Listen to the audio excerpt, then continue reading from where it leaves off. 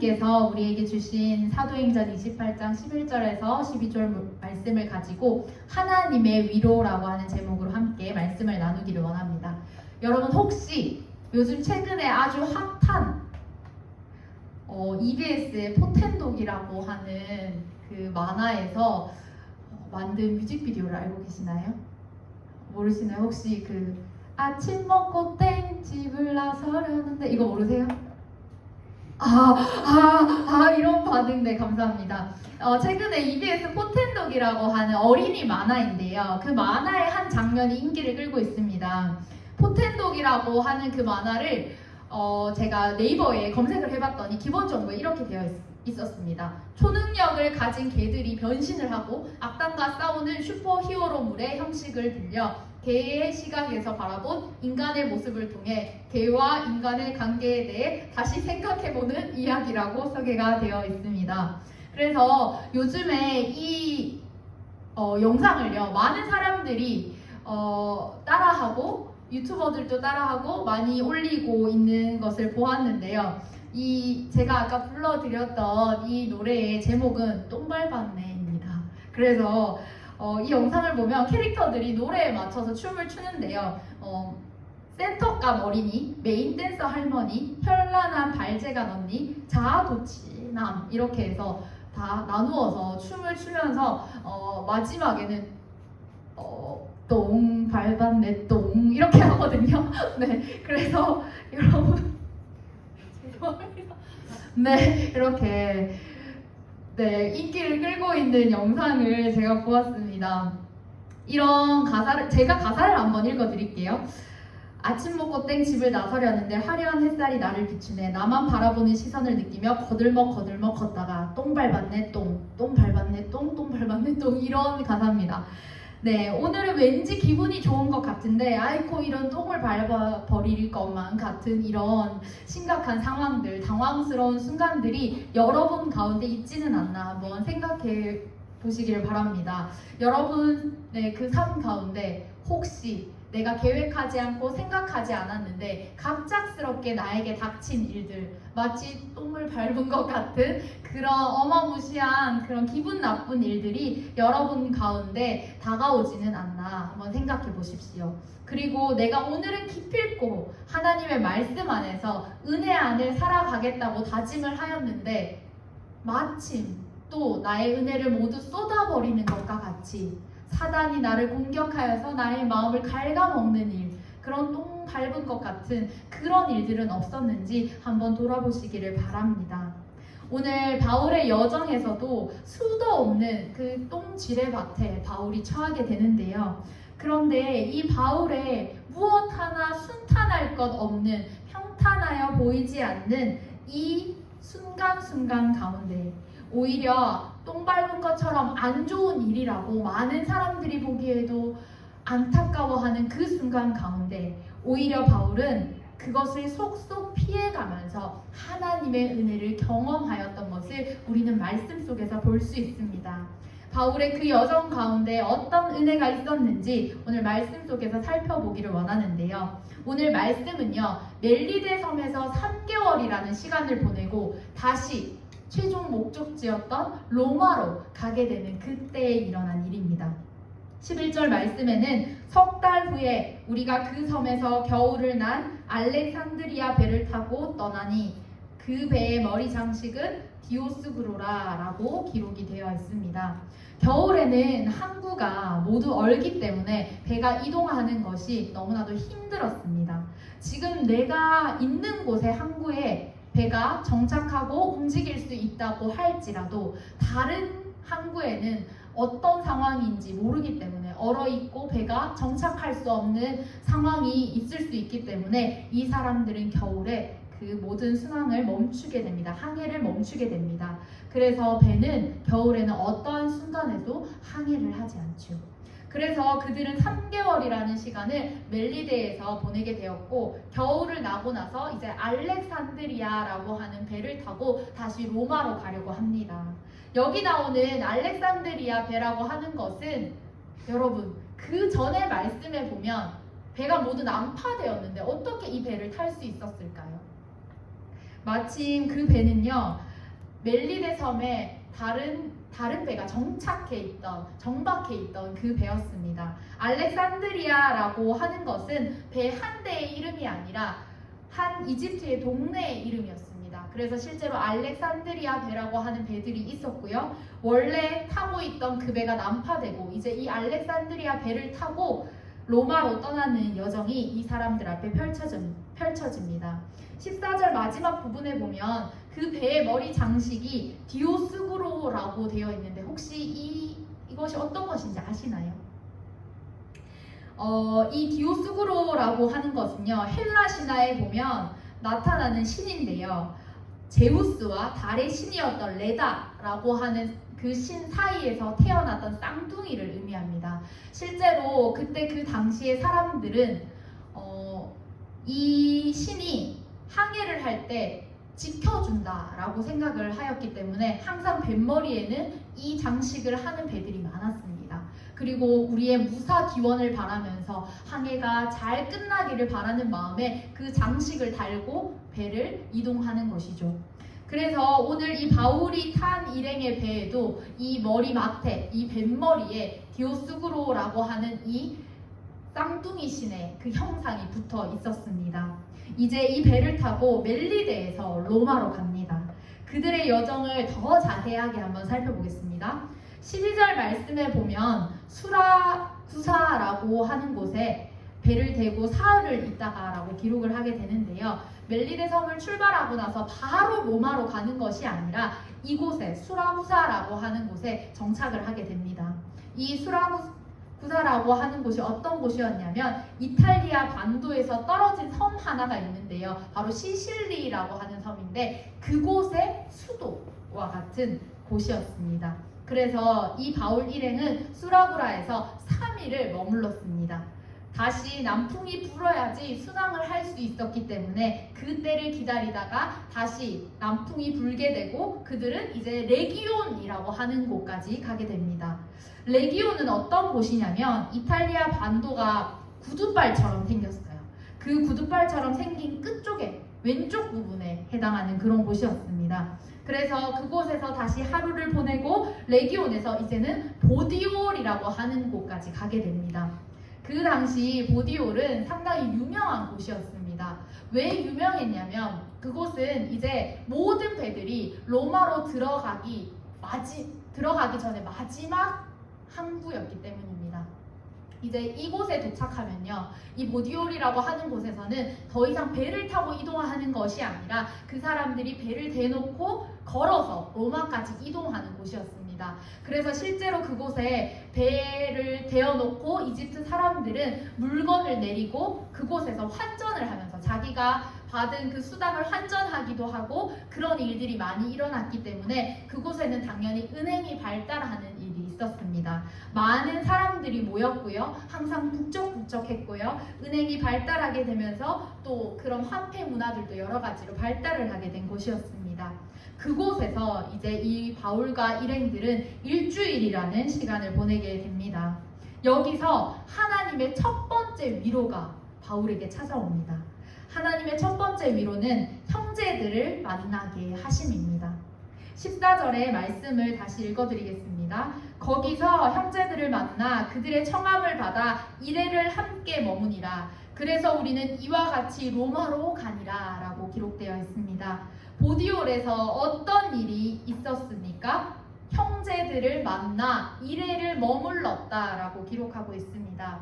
이 사람들은 로마에서 온 사람들이었습니다. 그 형제들은 로마에서 온 사람들로 바울에게 오늘 함께 있자 요청하는 것입니다. 이미 그때에는 로마에 교회가 세워져 있었습니다. 로마에 교회가 세워졌다는 사실을 알 수 있는 것은 사도행전 2장에 보면 마가의 다락방 사건이 나옵니다. 그때 성령님께서 그들에게 임하여 주셨을 때 우리가 어떻게 이런 언어를 이야기하는가 신기해하는 그런 사람들의 모습이 나오는데요. 성령이 임하셨을 때 15개 국어로 그 사람들이 이야기하게 되었고 많은 사람들은 그곳에서 놀람을 경험했습니다. 그때 말씀에 보면요. 사도행전 2장 10절에 로마로부터 온 나그네 곧 유대인과 유대교에 들어온 사람들과 라고 기록이 되어 있습니다.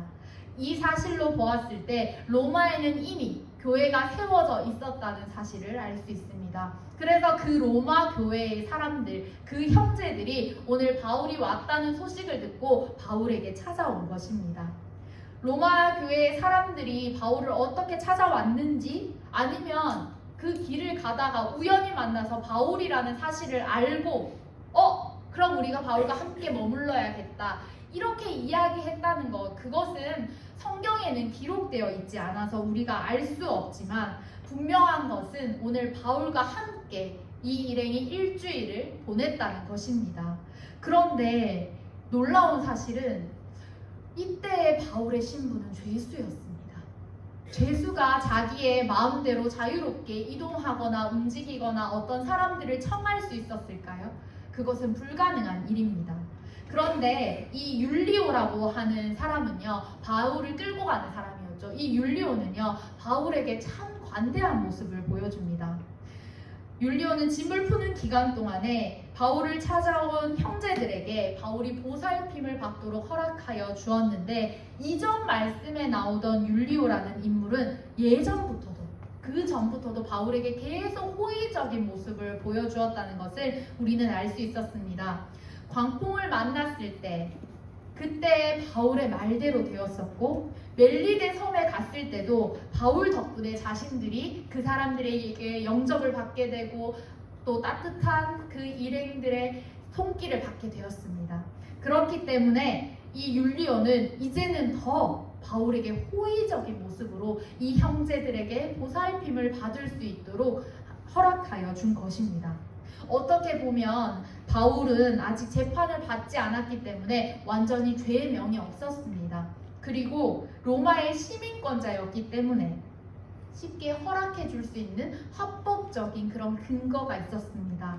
그래서인지 율리오는 더 호의적으로 이 바울을 함께 머물게 하였습니다. 이것이 바울에게는 상당히 큰 은혜가 되었습니다. 7일 동안 로마 교회의 성도들과 하나님의 말씀을 나눈다는 것은 하나님께서 바울에게 주신 보너스와 같은 시간이었습니다. 그 어느 곳에서도 맛볼 수 없었고 죄수의 몸으로 이동하는 가운데 이곳에서 로마 형제들과 보낸 그 꿀같은 행복한 시간을 바울이 하나님께 선물 받은 것입니다. 그리고 시간은 흘러서 일주일이 지났고 바울은 다시 로마의 여정을 시작합니다. 그때 하나님께서는요, 이 바울에게 두 번째 위로를 허락하시는데요. 그것은 바로 형제들을 맞이하게 하심이었습니다.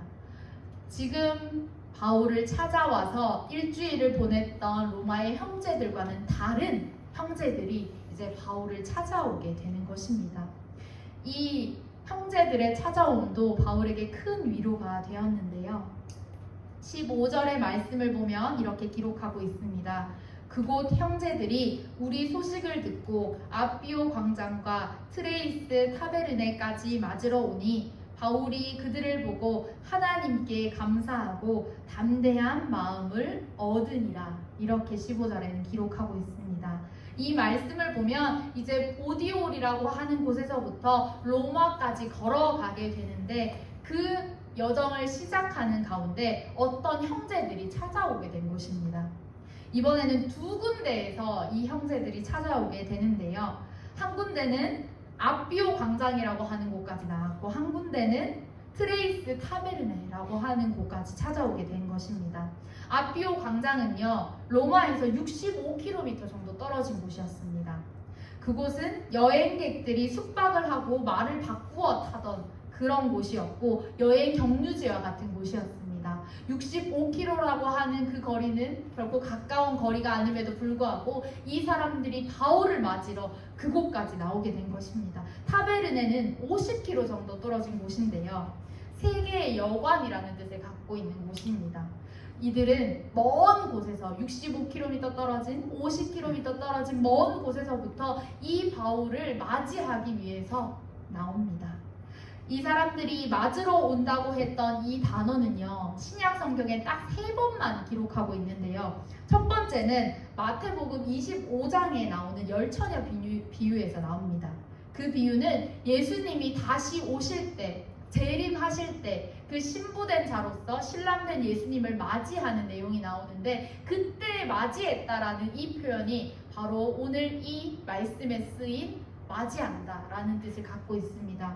두 번째는 데살로니가 전서 4장 17절에 나오는데요.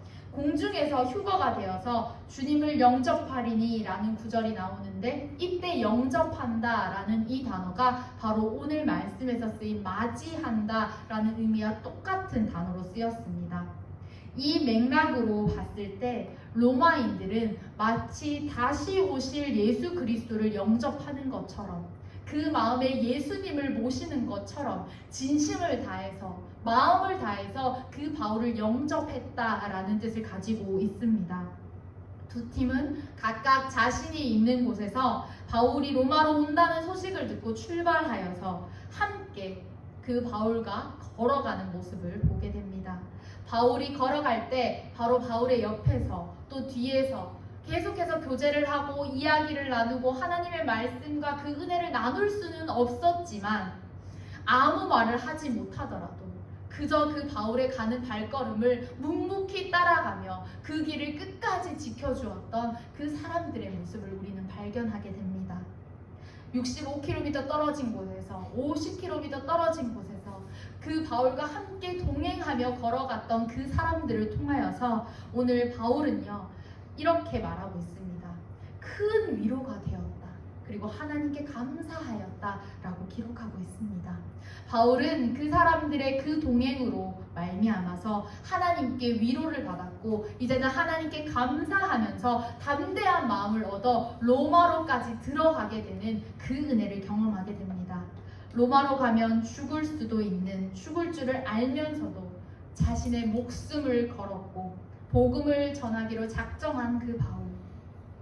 로마로 가는 여정은 그에게는 여행도 아니었고 오로지 복음을 전하러 가는 그런 길이었습니다. 그리고 영적 전쟁의 순간을 맞이하는 그 길이었습니다. 이 순간 하나님께서는 바울에게 그냥 바울을 보내고 모른 척 하시는 것이 아니라 끝까지 위로하시면서 사람들을 보내시면서 하나님의 위로를 더하여 주셔서 바울이 감사할 수 있게 하였고, 다시 담력을 얻어서 주님께 나아갈 수 있도록, 그 사명을 감당할 수 있도록 오늘 바울을 이끄셨습니다. 그리고 그 이후에 바울의 모습을 보면 마치 바위와도 같이 안 된다고 낙심하지도 않았고, 복음을 영접한 자들의 소식을 듣는다고 하여도 그는 흔들리지 않고, 또 내가 구원하였다, 그래 내가 하였더니 되었다라는 교만한 마음을 갖지 않고 묵묵하게 꾸준하게 바위 같은 마음으로 하나님의 복음을 전하는 일에 힘썼습니다. 그리고 이 바울은 잘못된 일이 있다 할지라도, 그 사람이 아무리 복음을 전해도 영접하지 않는다 하는 그런 좌절된 순간이 있다 할지라도 표대를 향하여 달려가며 오직 하나님 한 분만을 보고 달려가는 그런 모습을 보여줍니다. 이처럼 하나님은 우리의 가는 길에도 그 길을 잘 갈 수 있도록 끊임없이 위로를 하시고 격려를 해주시는 분입니다. 우리가 때로는 눈앞에 보여지지 않고 마음으로 느껴지지 않을 때에도 하나님은 항상 우리 곁에 계셨고, 하나님은 끊임없이 우리에게 네가 이 길을 갈 수 있도록 힘을 주겠노라고 말씀하시며 위로하고 계십니다. 그런데 우리가 살아가다 보면 이 여정 가운데 하나님의 위로를 온전히 느끼지 못할 때가 너무나도 많습니다. 왜 우리는 주님이 주신 위로를 느끼지 못하는 걸까요? 그것은 바로 우리의 마음이 강팍해져 있기 때문입니다. 성경 속 바울의 여정에서 바울을 만난 사람들을 통하여서 이 강팍해진 마음을 알 수 있는데요. 바울이 그들에게 가장 맞는 방법으로, 그들이 잘 이해할 수 있는 방법으로 말씀을 전합니다. 이분이 메시아라고, 그들이 가장 잘 이해할 수 있는 율법을 가지고 와서 또 여러 가지 방법을 통하여서 복음을 전하였음에도 불구하고 그들은 그 복음을 받아들이지 않고 그 구원의 길로 들어오지 않았습니다. 그들의 마음은 강팍해져 있었기 때문에 이 복음을 받아들일 수 없었던 것입니다. 이렇듯 우리도 우리의 마음이 하나님 한 분을 향하여 가야 하는데 우리의 마음이 이미 너무나도 강팍해져 있어서 하나님의 위로를, 하나님의 말씀을 받아들이지 못할 때가, 느끼지 못할 때가 있습니다. 그분은 지금도 우리와 함께 해주셔서 우리에게 구원의 길로 오기를 원하시고 지금도 우리와 함께 해주고 계셔서 우리가 이 삶에서 용기를 얻고 힘을 얻어서 담력을 얻어서 나아가기를 원하시는 분입니다. 하나님은 우리에게 이렇게 가르쳐 주십니다. 마음이 강팍해지면 너희가 보지 못할 것이고 듣지 못할 것이고 깨닫지 못하는 날이 온다. 이렇게 말씀하십니다.